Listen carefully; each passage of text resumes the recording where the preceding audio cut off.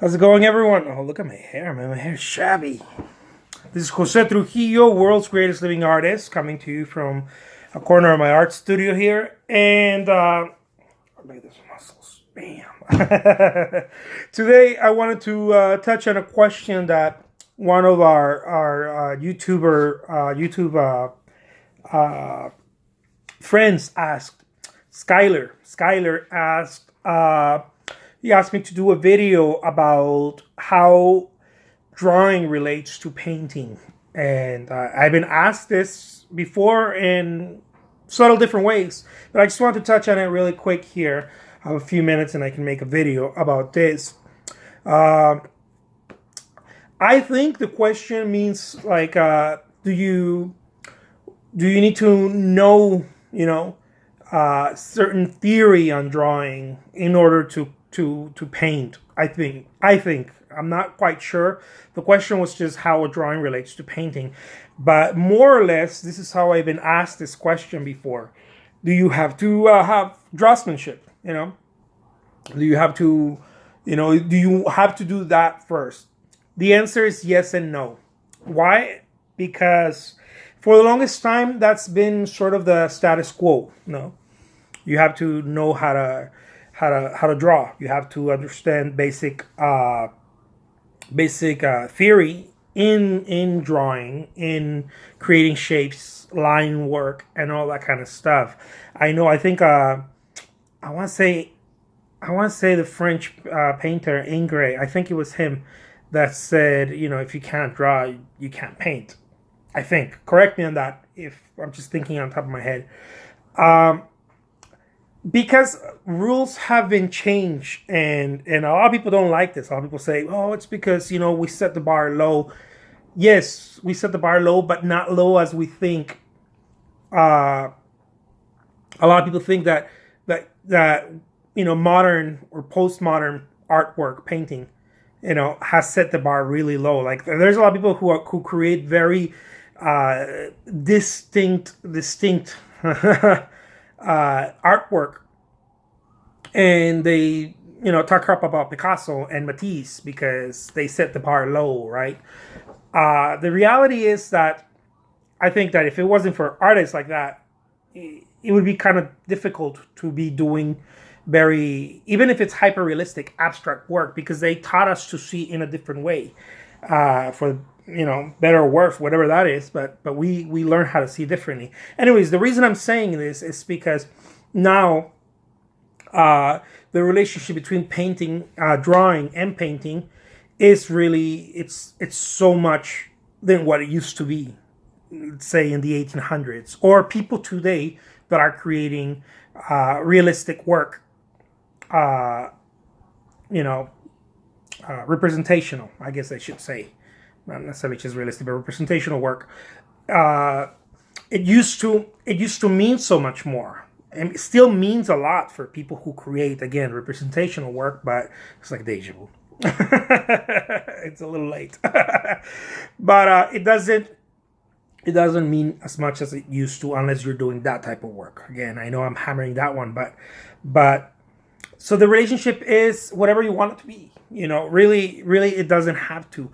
I personally learned how to draw first, and in my own ability, my own capabilities, whatever I could get my hands on, I learned how to draw. But I didn't.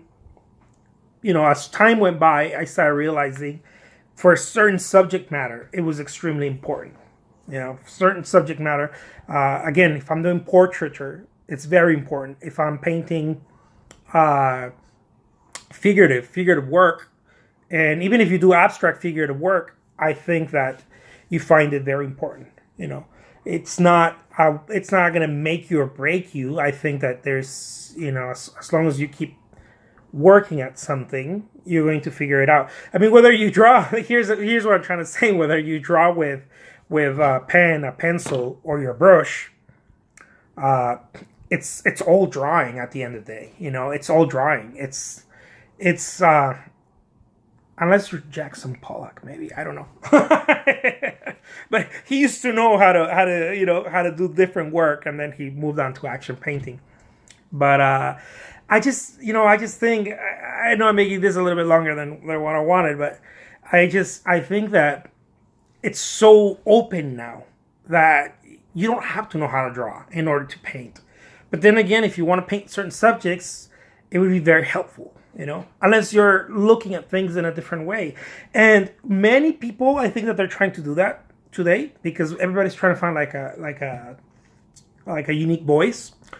Many people are trying to create a different twist, right? And there's this debate, right? That's like the ultimate debate. Should you have theory first in order to break that and create something new? Or should you just, avoid theory completely in the traditional sense and start creating something completely different? And, it's like this. And I think whatever works for you. For me, it worked to have a bit of theory first.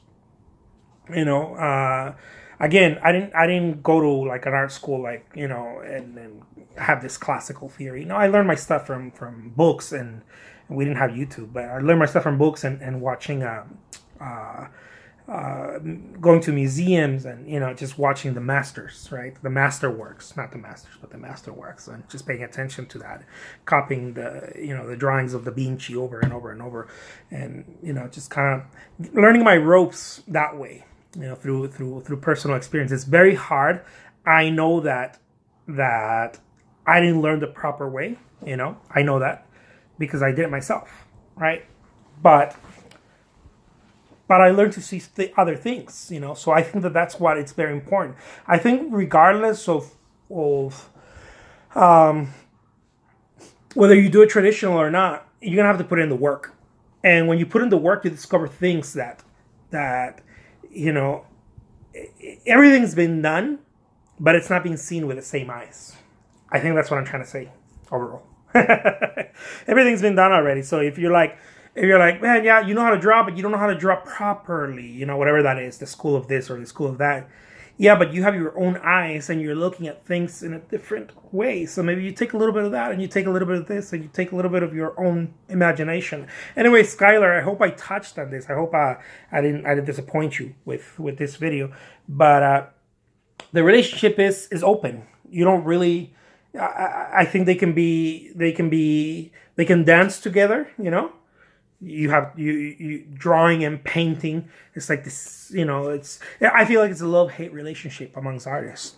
The more modern the artist seems to be, the more they tend to reject the traditional views of drawing, or at least how the classical way of representational work, and the more traditional the artist, the more important seems that to be. So. Or the more representational the artist, I guess, let me put it that way. It's more important. And then there's some people that are like halfway in there, they're half traditionally and half abstract. And then there's the rest of us who are like, I don't know what my numbers are, what my ratios are and that. But I enjoy traditional, drawing, and I know this is not the question. The question's not, is drawing, because I'm equating drawing with traditional, but it's usually that that's how this question gets asked to me often. So I assume that that's what it was based on the info. How drawing relates to painting, it can be connected and not. I think you can paint without knowing a drop of drawing, and you can do something, as long as you work on it. It might not. This is the thing that a lot of people think that, I'm just gonna come up with something, but I think it comes out in the doing, as I've said in other videos. It comes out in the doing. That constant doing, then that comes out. And I don't think you have to know how to draw per se, But I also think that if you're doing, again, with this on the same token, right, just flipping it, if you want to do certain things and you want the instant gratification of maybe not coming up with something completely new or different or I don't know, abstract or whatever, the benefits of knowing drawing, some theory are tremendous. It just depends on what you want to do. I think you can, they can go together and not. It's so open now.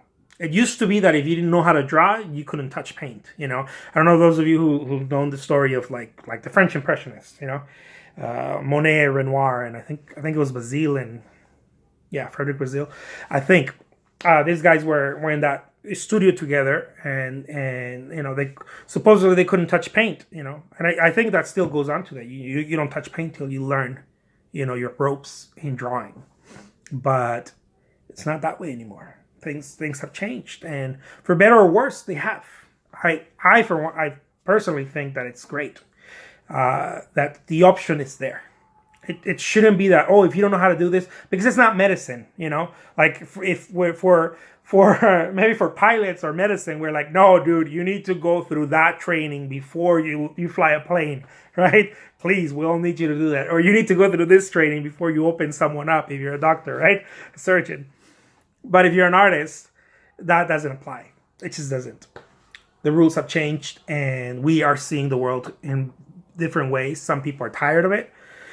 Other people are not. It's just a matter of taste.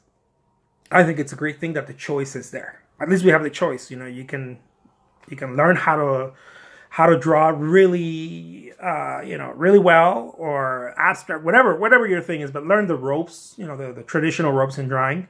I call it the ropes. It just sounds so cool.